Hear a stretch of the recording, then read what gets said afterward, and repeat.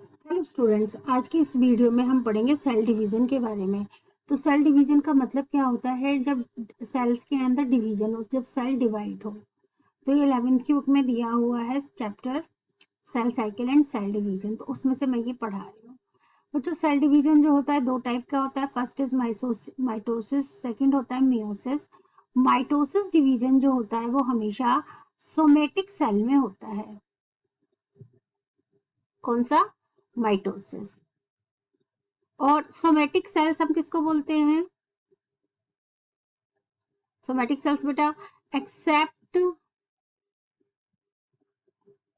Sex cell. Sex cell के अलावा body की जितनी भी सेल होते हैं हम उनको क्या बोलते हैं? सोमेटिक सेल्स बोलते हैं। इसके बाद में नेक्स्ट डिवीजन है क्या? मियोसिस। तो मियोसिस डिवीजन किसमें होता है? मियोसिस डिवीजन होता है बच्चों, ये होता है हमारी सेक्स सेल्स में। जब मेल में क्या बनता है? स्पर्म, गैमेट जब बनते हैं। और फीमेल में क्या बनता है बच्चों? ओवा। तो इनको क्या बोलते हैं? इसको बोलते हैं क्या हम? Male gamete. इसको हम बोलते हैं क्या? Female gamete. तो उस टाइम कौन सा डिवीजन होता है? मियोसिस डिवीजन होता है। ठीक है, अब आ जाइए। देखिए बेटा, माइटोसिस और मियोसिस डिवीजन होता है, इनको भी डिवाइड किया गया है। माइटोसिस डिवीजन के बारे में हम सबसे पहले पढ़ते हैं। तो वन पे है क्या? प्रोफेज। सेकंड पे क्या है? मेटाफेज। थर्ड होता है इसमें एनाफेज। और फोर्थ होता है टीलोफेज। ये किसके बारे में है? ये है माइटोसिस डिवीजन के बारे में। जो प्रोफेज है वो सबसे ज्यादा लॉन्गेस्ट फेज है, और जो एनाफेज है वो सबसे ज्यादा शॉर्टेस्ट फेज है। ठीक है, तो ये सारी की सारी प्रोसेस जो है न्यूक्लियस के अंदर होती है, इसलिए हम इसको क्या बोलते हैं? कैरियोकाइनेसिस।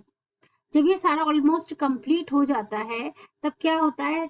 साइटोप्लाज्म में डिवीजन होता है। तो हम इस प्रोसेस को क्या बोलते हैं? साइटोकाइनेसिस। इतना क्लियर हो गया? इसके बाद में देखिए बच्चों, जब ये डिवीजन होता है माइटोसिस एंड मियोसिस, तो इनसे पहले एक स्टेज होती है जिसको हम क्या बोलते हैं? इंटरफेज। इंटरफेज का मतलब है कि इसमें सेल्स जो है अपने आप को प्रिपेयर करती हैं। किस चीज के लिए? माइटोसिस या मियोसिस डिवीजन के लिए। इसको हम रेस्टिंग फेज भी बोलते हैं। अगर हम इसको समझाएं इस तरीके से, तो एनसीईआरटी में दिया हुआ है। सबसे जो लॉन्ग मतलब सबसे ज्यादा जो टाइम लेती है वो होती है G1। उसके बाद में लेते हैं S। उसके बाद में क्या होता है बेटा? G2। और बाद में आती है क्या? M phase. ठीक है, तो M फेज सबसे ज्यादा कम टाइम लेती है। क्लियर हुआ? तो अब आप ये देखिए, जो G1 फेज है, G1 फेज को हम क्या बोलते हैं? गैप 1 भी बोलते हैं। इसको फर्स्ट ग्रोथ फेज और पोस्ट माइटोटिक गैप फेज भी बोला जाता है। एस फेज है, इसको हम क्या बोलते हैं? Synthetic phase. और G2 फेज है, इसको गैप 2 बोलते हैं। सेकेंड ग्रोथ फेज और प्री माइटोटिक गैप फेज भी बोलते हैं। इसमें देखो बेटा, जो G1 फेज है इसमें क्या होती है कि सेल जो है मेटाबॉलिकली एक्टिव होती है। ठीक है, और क्या करती है? ग्रोथ करती है। कैसे ग्रोथ करती है?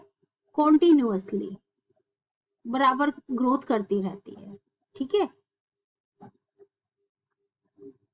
इसमें क्या है बेटा? इसी में आरएनए एंड प्रोटीन का सिंथेसिस भी होता है इसके अंदर। और बेटा इसके अंदर a large number of nucleotide, amino acid, energy rich compound, सारे के सारे इसके अंदर बनते हैं। और अब ये तो हमने बात की किसके बारे में? G1 फेज के बारे में। अब हम बात करते हैं किसके बारे में? एस फेज के बारे में। इसमें क्या होता है कि इसमें क्रोमोसोम जो है ना रेप्लिकेट करता है। डीएनए मॉलिक्यूल फंक्शन करता है टेम्पलेट की तरह, और इसकी कार्बन कॉपीज बनाता है। जैसे मान लीजिए डीएनए है, डीएनए क्या होता है इसके अंदर? डबल हो जाता है। ध्यान रखिएगा, डीएनए क्या होता है? इसमें डबल हो जाता है। जैसे मान लीजिए इसका कंटेंट 1C मतलब कंटेंट, तो वो कन्वर्ट हो जाएगा 2C में। और अगर 2 है तो वो कन्वर्ट हो जाएगा 4C में, ठीक है। तो ये तो होगा किसमें, हैप्लॉइड सेल में, और ये होगा किसमें, डिप्लॉइड सेल में, ठीक है। अब इसके बाद में इसमें ही क्या होता है कि डिप्लॉइड सेल में होता है न्यूक्लियस और centriole duplicate in the cytoplasm, और इसमें बेटा कि nucleus and centriole duplicates, replicate हो जाते हैं, कहाँ पे, साइटोप्लाज्म में। इसके बाद में थर्ड आता है G2 फेज। इस वाली फेज को हम गैप 2 फेज भी बोलते हैं, सेकेंड ग्रोथ फेज भी बोलते हैं। इसमें जो आरएनए, जो यहाँ पे डीएनए डबल हुआ था, वो क्या होता है, स्टॉप हो जाता है, ठीक है। Synthesis of DNA stop. इसके बाद में क्या हुआ बेटा, फॉर्मेशन ऑफ आरएनए, प्रोटीन बराबर रहते हैं, और बेटा मल्टीप्लिकेशन ऑफ सेल ऑर्गेनेल्स होता रहता है, स्पिंडल फॉर्मेशन होता है, सेल ग्रोथ होती है। तो ये सारी की सारी प्रोसेस अभी हम लोगों ने पढ़ ली है कि G1 में क्या होता है, S में क्या होता है, G2 फेज में क्या होता है। चलिए इसके बाद में देखिए बेटा, अभी हम क्या पढ़ रहे हैं, माइटोसिस डिवीजन पढ़ रहे हैं, ठीक है। और माइटोसिस डिवीजन में हमने ये सारा पढ़ लिया। अब देखिए यहाँ पर क्या है, ये जो मैंने अभी डायग्राम आपको दिखा रही हूँ, देखिए ये क्या है बेटा, प्रोफेज। अब प्रोफेज में क्या होगा कि जो क्रोमोसोम है, जो क्रोमोसोम अभी हमारे थे, कहाँ पे थे, G2 फेज में थे, उनमें क्या होता है, कंडेंसेशन शुरू हो जाती है, ठीक है। कंडेंसेशन मतलब थोड़ा थोड़ा सेपरेट होना शुरू हो जाते हैं। तो देखिए बेटा, initiation of condensation of chromosomal material, कि क्रोमोसोम कंडेंस होने शुरू हो गए, थोड़ा थोड़ा अलग होने शुरू हो गए। पहले कैसे थे, गुच्छे के फॉर्म में थे, फिर धीरे धीरे वो अलग हो गए। Chromosome material becomes untangled. Untangled देखिए पहले ऐसे ऐसे करके थे, अब किस में कन्वर्ट हो रहे हैं, थोड़े थोड़े ऐसे ऐसे शेप में आ रहे हैं, तो हम इनको क्या बोलेंगे, अनटेंगल्ड, और क्या बोलेंगे, कंडेंस बोलेंगे। Centrosome daughter centriole begin to move towards opposite pole, ठीक है। देखो बेटा ये क्या है, ये क्या है, ये सेंट्रोसोम है। ये ध्यान रखिएगा कि ये हमेशा जो है एनिमल सेल में ही होता है, तो ये अपोजिट साइड में मूव कर रहे हैं ना, एक इधर की साइड इधर की साइड। तो ये वाली जो कंडीशन है, इसको हम क्या बोलते हैं, अर्ली प्रोफेज बोलते हैं। ये देखिए क्रोमोसोम है, ये कंडेंस हो रहा है विद सेंट्रोमियर। देखो अगर मैं क्रोमोसोम का स्ट्रक्चर बना के दिखाऊं, तो ये क्रोमोसोम है, और ये वाला पार्ट क्या है, इसका सेंट्रोमियर है। क्लियर हो गया। तो ये जो हमारी स्टेज है, ये कौन सी स्टेज है, अर्ली प्रोफेज।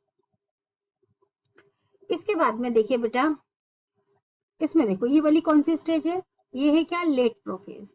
इस लेट प्रोफेज में क्या होता है कि जो सेंट्रियोल है radiate out microtubule called asters, ठीक है।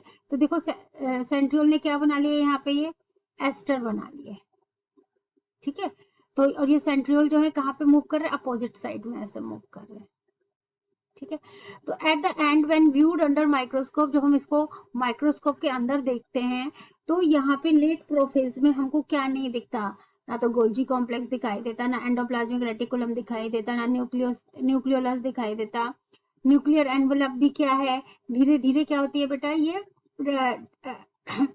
डिसअपियर होनी शुरू हो जाती है।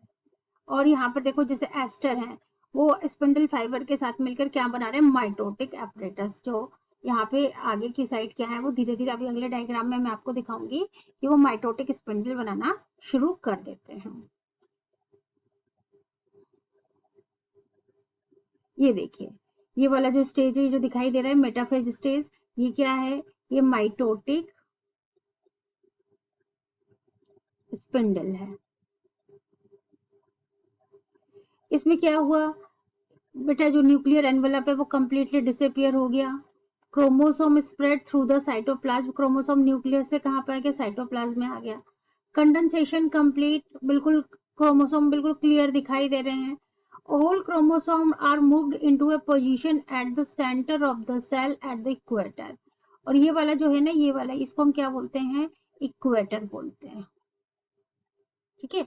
तो ये इक्वेटर पे सारे क्रोमोसोम चले गए हैं, अलाइनमेंट ऑफ क्रोमोसोम, ये वाला जो है पोर्शन, ये क्या दिखाई दे रहा है, क्रोमोसोम दिखाई दे रहा है। ठीक है बेटा, इसके बाद में हम आगे चलते हैं और देखते हैं कि जैसे ही मेटाफेज स्टेज जो है कंप्लीट होता है, उसके अंदर क्या शुरू हो जाता है, एनाफेज शुरू हो जाता है। एनाफेज को बताने से पहले एक चीज मैं आपको बता देती हूँ जो कि बहुत ही इंपॉर्टेंट है, कि जो क्रोमोसोम होते हैं इनके चारों तरफ जो एक लेयर होती है, इसको हम क्या बोलते हैं, काइनेटोकोर बोलते हैं। और ये जो स्पिंडल फाइबर है ये वाला, ये किससे जुड़ता है, अटैच टू द काइनेटोकोर। इसको ध्यान रखिएगा, ये बहुत ज्यादा पूछते हैं नीट के एग्जाम में कि स्पिंडल फाइबर जो है किससे जुड़ता है, काइनेटोकोर से जुड़ता है। अब देखिए बच्चों, एनाफेज स्टेज में क्या हुआ, each chromosome split daughter chromosome, हर एक क्रोमोसोम टूट गए। ठीक है, इस तरीके से थे ना, ऐसे करके, और ये स्प्लिट हो गए, ये ऐसे और ऐसे हो गए, तो डॉटर क्रोमोसोम में टूट गए। मूव टूवर्ड्स अपोजिट पोल, एक पोल ये है और एक पोल ये है, क्या हो गए, ये अपोजिट पोल की साइड चले गए। सेंट्रोमियर स्प्लिट, अब देखिए जैसे ये क्रोमोसोम था, ये इसका ये क्या था, सेंट्रोमियर, तो सेंट्रोमियर भी क्या हो गया, स्प्लिट हो गया, तो एक ऐसे चले गए और एक ऐसे। ठीक है, chromatid move towards opposite pole, आधे क्रोमेटिड कहाँ चले गए, इस पोल पे, आधे क्रोमेटिड कहाँ चले गए, इस पोल पे। ठीक है, इसके बाद में क्या है, अब देखिए यहाँ पर जो नेक्स्ट प्रोसेस आता है, जो नेक्स्ट प्रोसेस आता है बच्चों, वो आता है टीलोफेज का। तो पहले हम टीलोफेज पढ़ते हैं, फिर हम साइटोकाइनेसिस पढ़ेंगे। देखिए बेटा, टीलोफेज में क्या होता है, टीलोफेज जो है वो सबसे ज्यादा लास्ट स्टेज है। तो टीलोफेज में क्या हुआ कि ऐसे अपोजिट पोल की साइड चले गए हैं क्रोमोसोम। ठीक है, ये थोड़ा थोड़ा सा इस तरीके से दो डॉटर सेल बनने शुरू हो गए हैं, और इस डॉटर सेल में क्या हुआ, ऐसे ये क्रोमोसोम इधर की साइड आ गए, ये ऐसे इधर। ठीक है, और बेटा देखिए कि क्रोमोसोम अब पहले कंडेंस हो गए थे, अब क्या हुआ, क्रोमोसोम जो है वो क्या हो रहे हैं, डीकंडेंस हो रहे हैं। ठीक है, और क्या हुए, वापस से डीकंडेंस होने शुरू हो गए हैं, लॉस देयर इंडिविजुअलिटी, अपनी इंडिविजुअलिटी इनकी खत्म हो गई। ठीक है, individual chromosome can't be seen, नहीं देख सकते हम इसको। अब देखिए वापस से क्या हुआ इसके अंदर, वापस से इसमें जो है, देखिए मैं दोबारा से ये बनाती हूँ, ये एक डॉटर सेल है बेटा, एक मिनट जरा इसको सही से बना देती हूँ।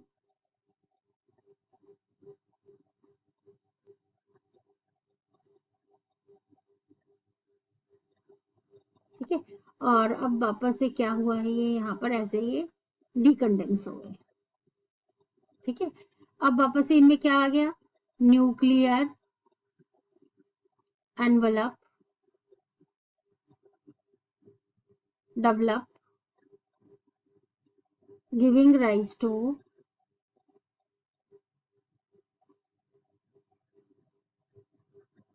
a daughter nuclei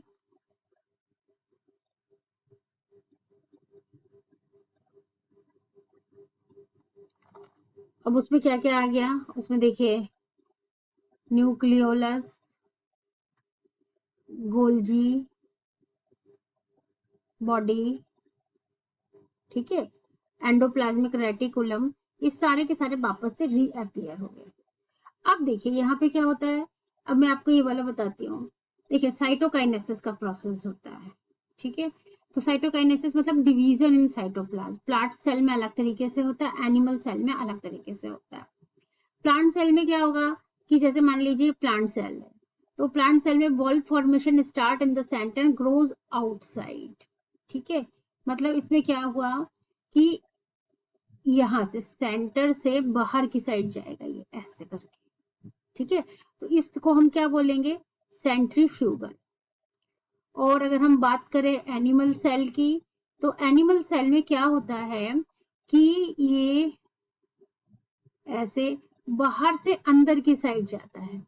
ऐसे ना फरो बन जाते हैं। ठीक है, तो ये वाला कौन सा होगा, बाहर से अंदर की साइड सेंट्रीपिटल।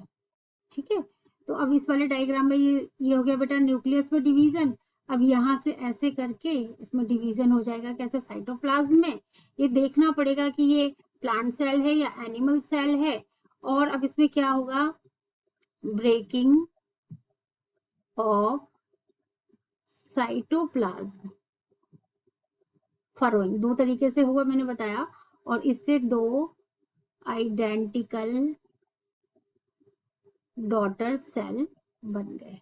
क्लियर, तो ये जो अभी हमने पढ़ा, ये हमने पढ़ा माइटोसिस डिवीजन। Thank you.